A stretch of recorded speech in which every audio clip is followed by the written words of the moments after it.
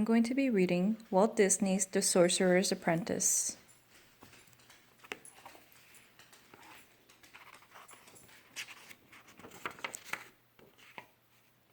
Walt Disney's The Sorcerer's Apprentice by Random House, New York.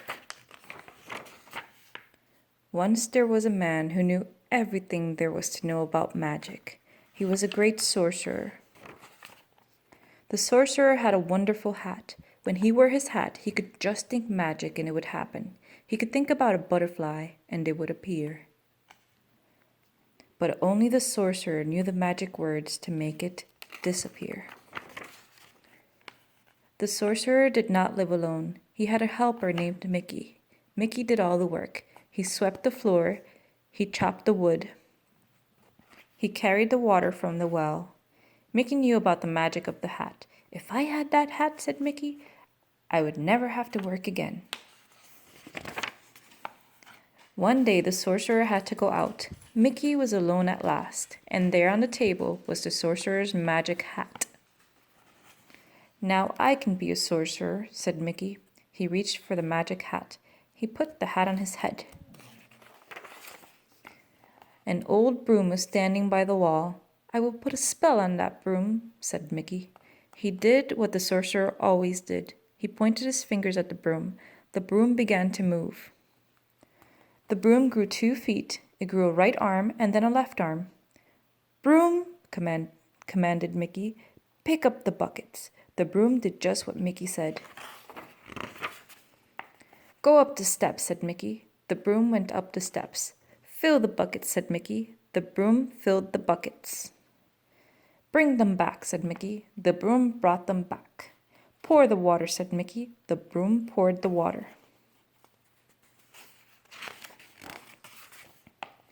Mickey danced around the room. "Magic is easy," he cried. "I will never work again." Then Mickey sat down in the sorcerer's chair. "Work, broom, work," he said. While the broom went on, filling buckets and pouring water, Mickey fell asleep. He dreamed he was the greatest sorcerer in the world. Suddenly, something cold and wet woke him up. It was a splash of water. Another splash knocked Mickey out of the chair. Water was everywhere. The broom was flooding the room. "Stop!" cried Mickey. "Stop, broom! Stop, I say!" But the broom did not stop. Mickey pointed his finger at the broom, but the broom kept going. He held out his arms, but the broom pushed him down. He grabbed the bucket, but the broom held on tight. Wasn't there any way to stop the broom? "The axe!" Mickey grabbed it. He chopped the broom into bits. "Well, that's over," said Mickey. But it wasn't over. Something strange was going on. The bits of wood began to move. The bits of wood turned into brooms. All the new brooms had feet and arms and buckets. They marched up the steps, never stopping. The brooms came back with more water. Mickey leaned against the door to keep them out, but the brooms pushed it open. Mickey held out his arms to hold them back. But the brooms walked right over him. "I am a sorcerer," cried Mickey. "You must do as I say." But the brooms marched on and on. Brooms and more brooms, buckets and more buckets. In a great line, they poured and poured. The water got deeper and deeper. Poor Mickey. It was all he could do to keep his head above the water. Then the sorcerer's book of magic floated by. Mickey grabbed it.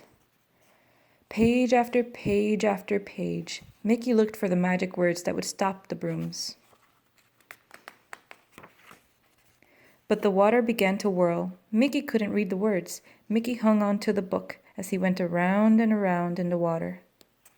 Spinning faster and faster, Mickey was caught in a great whirlpool. Now there was nothing he could do. Oh no! But what was this? A great dark shadow on the wall? The sorcerer had come back. He knew at once what Mickey had done. He raised his arms. He roared a great command. The brooms and the water disappeared. Just one broom was left. It was the old broom standing by the wall. The sorcerer was frowning. He looked down at Mickey. Mickey took off the sorcerer's hat. Very carefully, ever so neatly, he made it look nice again. Then he gave the hat back to the sorcerer. Just a little magic trick, haha, said Mickey. But the sorcerer did not laugh. The sorcerer looked down at his little helper. Don't start what you can't finish, he said. So Mickey went up the steps and back to work. These are a lot of work.